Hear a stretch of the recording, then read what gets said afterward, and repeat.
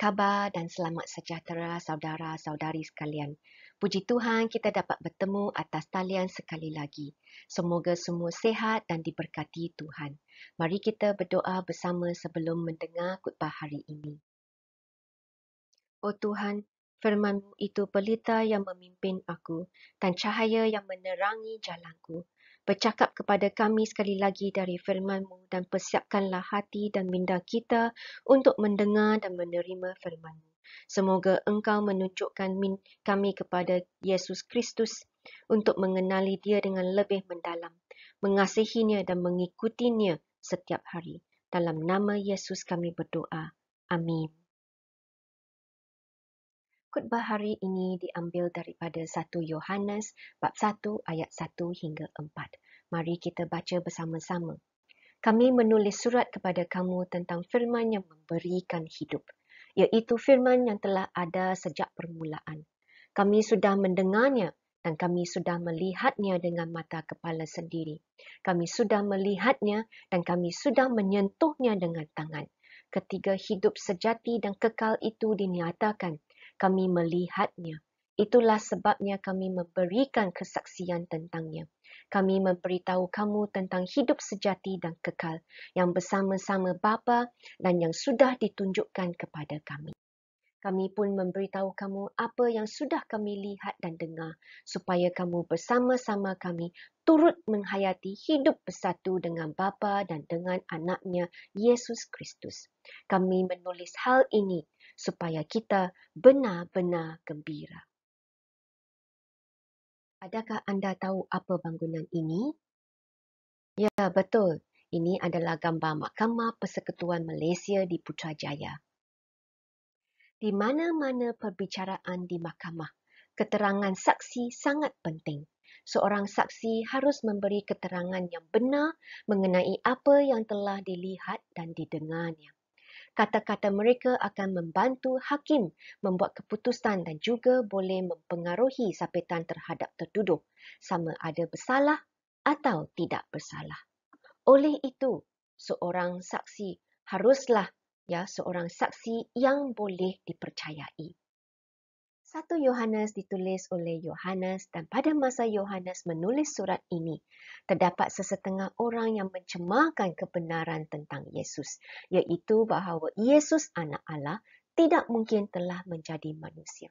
Saudara-saudari sekalian, ini adalah ajaran sesat yang serius. Hal ini jika dibiarkan berterusan akan menimbulkan keraguan, kekeliruan dan kemungkinan hilang kepercayaan kepada Yesus di kalangan orang Kristian. Oleh yang demikian, Yohanes menulis untuk memberi kesaksian akan Yesus demi menentang ajaran sesat itu dan juga untuk menghilangkan keraguan mereka terhadap Yesus. Yohanes saksi yang boleh dipercayai kerana dia ada bersama-sama Yesus. Dan dengan itu, Yohanes bermula dengan asal-usul Yesus. Dalam ayat 1 dia berkata, kami menulis surat kepada kamu tentang firman yang memberikan hidup, iaitu firman yang telah ada sejak permulaan. Kami sudah mendengarnya dan kami sudah melihatnya dengan mata kepala sendiri. Kami sudah melihatnya dan kami sudah menyentuhnya dengan tangan. Siapakah firman dalam ayat ini? Yohanes bab 1 ayat 14 berkata, firman itu sudah menjadi manusia dan tinggal antara kita. Kita nampak kemuliaannya, kemuliaan yang diterimanya sebagai anak tunggal Bapa. Melalui dia, kasih Allah dan Allah sendiri ditunjukkan kepada kita. Saudara-saudari sekalian, jelas sekali dari ayat ini, firman merujuk kepada Yesus, anak tunggal Bapa yang telah datang ke dunia ini. Yesus yang dinyatakan dalam 1 Yohanes bab 1 ayat 1 ini amat luar biasa. Anda mesti tertanya, apa yang luar biasa tentang Yesus yang telah dinyatakan? Pertama, ia memberi hidup. Dan hidup ini boleh dilihat dari dua segi, iaitu pertama, nyawa. Yesus menjadikan kita manusia hidup yang boleh bernafas dan mempunyai kemampuan untuk bertumbuh dan berubah. Segi kedua ialah hidup kekal dan sejati. 2 Timotius bab 1 ayat 10 berkata, "Tetapi sekarang rahmat-Nya telah dinyatakan kepada kita dengan kedatangan penyelamat kita, Kristus Yesus. Yesus sudah mengalahkan kuasa kematian dan membawa hidup yang kekal melalui berita baik itu." Saudara-saudari sekalian, ia sukar untuk akal kita, our mind, memahami hidup kekal dan sejati. Kerana kita hanya melihat orang yang mati dan dikebumikan tidak pernah bangkit. Jadi bila kita akan menerima hidup kekal ini? Yohanes bab 6 ayat 39 hingga 40 berkata, "Inilah kehendak Dia yang mengutus aku, daripada semua orang yang diserahkan kepadaku. Tidak seorang pun hilang, tetapi aku harus membangkitkan mereka semua pada hari kiamat. Memang inilah kehendak Bapakku. Semua orang yang melihat anak lalu percaya kepadanya akan beroleh hidup sejati dan kekal, dan aku akan membangkitkan mereka pada hari kiamat." Saudara-saudari sekalian, ayat ini jelas menunjukkan bahawa kita akan menerima hidup kekal dan sejati apabila Yesus datang pada hari kiamat, pada suatu masa yang akan datang. Perkara kedua yang luar biasa mengenai Yesus adalah bahawa Dia wujud sejak permulaan. Yohanes bab 1 ayat 1 hingga 2 berkata, "Sebelum dunia ini diciptakan, firman sudah ada. Firman itu bersama-sama Allah dan firman itu sama dengan Allah. Sejak permulaan, firman itu bersama-sama Allah." Maksudnya, sebelum dunia ini dicipta, Yesus sudah ada. Dia sudah wujud sejak dahulu lagi. Kata kunci seperti firman, memberi hidup, dan wujud sejak permulaan memberitahu kita tentang ketuhanan Yesus. Bahawa Yesus, Dia Tuhan dan Dia telah datang ke dunia ini. Dan Yohanes terus memberitahu secara terperinci bahawa dia dan pengikut yang lain telah mengenali Yesus secara bersemuka dan mereka pernah mendengar Yesus mengajar. Anda pasti ingat bahawa setiap kali Yesus mengajar, sama ada tentang dosa, pemerintahan Allah, hidup kekal, mengasihi musuh dan sebagainya, pengikut-pengikutnya mesti ada di situ bersamanya mendengar. Sudah tentu mereka masih ingat apa yang Yesus telah cakap dan ajar. Mereka juga pernah melihat ataupun menyaksikan semua kebaikan dan mukjizat yang dilakukan oleh Yesus seperti menyembuhkan wanita dengan pendarahan, mengampuni dosa, meneduhkan ribut, beri makan kepada 5,000 orang, bangkitkan anak seorang balu dan banyak lagi. Saudara-saudari sekalian, tidak pernah ada seseorang yang berkuasa untuk mengampuni dosa ataupun meneduhkan ribut ataupun melakukan perkara-perkara hebat dan luar biasa ini. Kerana semua ini adalah kerja Tuhan, bukan kerja manusia. Dan mereka juga pernah menyentuh Yesus. Ini sangat penting kerana hanya seseorang yang mempunyai tampiran fizikal, iaitu orang yang mempunyai daging dan tulang dan isi, boleh disentuh. Saudara-saudari sekalian, banyak yang telah Yesus ajar dan lakukan di hadapan pengikut-pengikutnya. Dan mereka kagum dengan segala yang Yesus ajar dan lakukan. Dan mereka percaya tanpa ragu bahawa Yesus adalah Tuhan dalam bentuk manusia. Oleh kerana itu, Yohanes yang tahu asal-usul Yesus dan telah mendengar, melihat dan menyentuhnya, sedia menampil diri untuk menjadi saksi akan Yesus. Yang kita lihat dari ayat 2, bagaikan seorang saksi dalam mahkamah.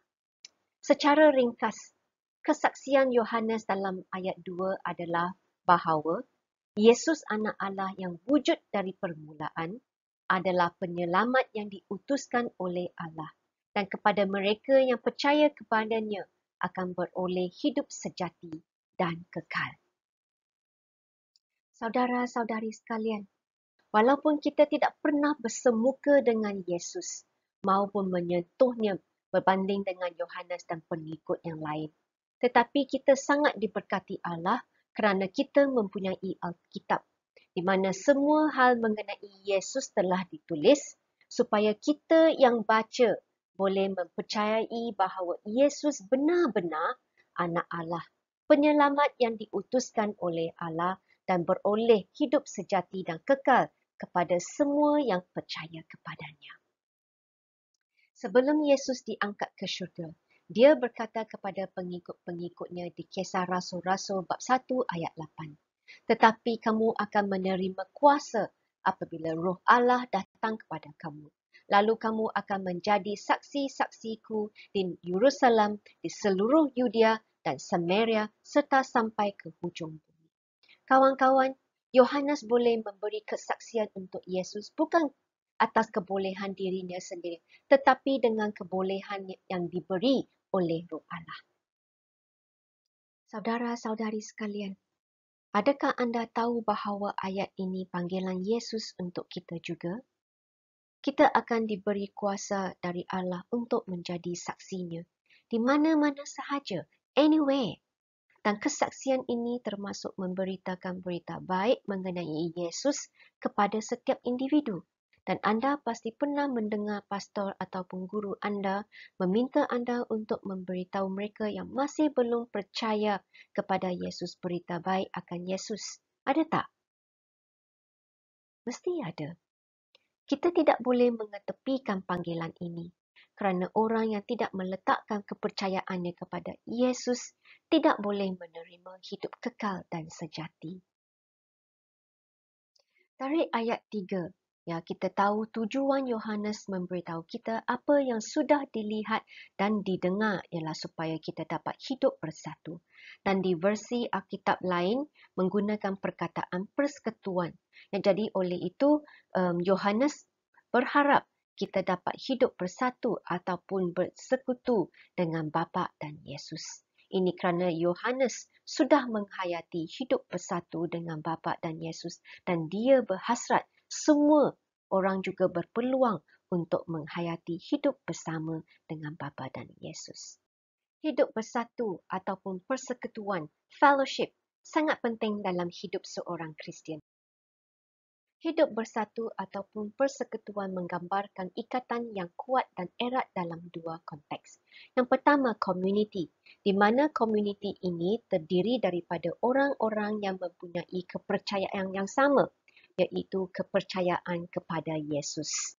Hidup dalam community ini boleh digambarkan dengan baik dalam kelompok sel group atau CG, dan tubuh Yesus ataupun gereja, tempat di mana saudara-saudari seiman berkumpul bersama. Komuniti-komuniti ini merupakan tempat kita bertumbuh secara rohani kerana semasa kita mengambil bahagian dalam kelompok sel ataupun gereja, kita belajar firman Tuhan, memuji Tuhan dengan nyanyian dan berdoa bersama-sama, saling mendorong dalam iman, saling menjaga dan sebagainya. Ini adalah persekutuan, fellowship dengan saudara-saudari seiman. Konteks kedua ialah persekutuan bersama Bapa dan Yesus. Hanya orang yang percaya kepada Yesus mempunyai hidup bersatu atau persekutuan bersama Bapa dan Yesus. Hidup bersatu atau persekutuan boleh difahami dengan ringkas sebagai berjalan dengan Tuhan. Izinkan saya menerangkan kepada anda. Apabila anda berjalan dengan kawan, kita bercakap, ketawa, mendengar dan juga berkongsi hati sesama. Berjalan dengan Tuhan juga begitu. Semasa berjalan dengan Tuhan, anda mengenalinya dengan lebih mendalam melalui pembacaan Alkitab, dengar khutbah. Anda juga boleh dengar suaranya, berkongsi hatimu dengannya. Anda akan sedar akan hadiratnya bersamamu dan mahu menyenangkannya dengan cara hidup kita setiap masa. Saudara-saudari sekalian, Tuhan berharap kita berjalan bersamanya sepanjang hayat kita. Kalau perjalanan anda dengan Tuhan sudah terputus ataupun tidak stabil, kadang-kadang ada, kadang-kadang tak ada, ketepikan semua alasan. Ambillah peluang hari ini untuk sambung berjalan dengannya. Kalau tidak, anda akan kehilangan sesuatu dan itu adalah kegembiraan. Ada banyak perkara yang membawa kita kegembiraan. Perkahwinan, hadiah, cuti, wine, keharuman minyak wangi, kenaikan gaji, dan sebagainya. Tetapi kegembiraan dalam Alkitab membawa maksud yang lebih mendalam. Ia bukanlah kegembiraan berdasarkan keadaan kita sekarang atau apa yang kita ada ataupun bagaimana perasaan kita. Kalau begitu, apakah maksud kegembiraan dalam Alkitab? Mari kita baca Mazmur 16 ayat 11. Jalannya menuju kehidupan engkau tunjukkan kepadaku. Hadiratmu menggembirakan aku dan sentiasa membahagiakan aku. Saudara-saudari sekalian, kegembiraan yang dimaksudkan dalam Alkitab adalah kegembiraan yang datangnya dari Tuhan apabila kita berjalan dengannya. Semasa kita berjalan dengan Tuhan, lebih dekat demi hari, apa yang Tuhan lakukan adalah Dia mengisi kita dengan kegembiraannya. Dan kita merasai kegembiraan kerana kita yakin Tuhan baik, Dia berkuasa, Dia bersama kita. Kegembiraan itu adalah anugerah Allah bagi kita dan ia milik kita selama-lamanya. Kita telah mendengar kesaksian Yohanes mengenai Yesus Anak Allah. Dia datang untuk menyelamatkan kita dan kita telah mempercayainya. Sementara kita menantikan janji hidup sejati dan kekal, marilah kita terus berjalan dengan Tuhan. Dan bagi anda yang belum percaya kepada Yesus, anda juga telah mendengar kesaksian Yohanes mengenai Yesus. Apakah keputusan anda? Adakah anda ingin mengetahui lebih banyak mengenai Yesus? Jika anda mahu mengetahui Yesus dengan lebih mendalam, ataupun menghadiri kelompok sel, ataupun menghadiri gereja, anda boleh memberitahu kawan anda mengenainya, ataupun menghubungi kami melalui telefon atau email seperti yang tertera di depan skrin. Mari kita berdoa bersama. Kepadamu Tuhan saya sembah.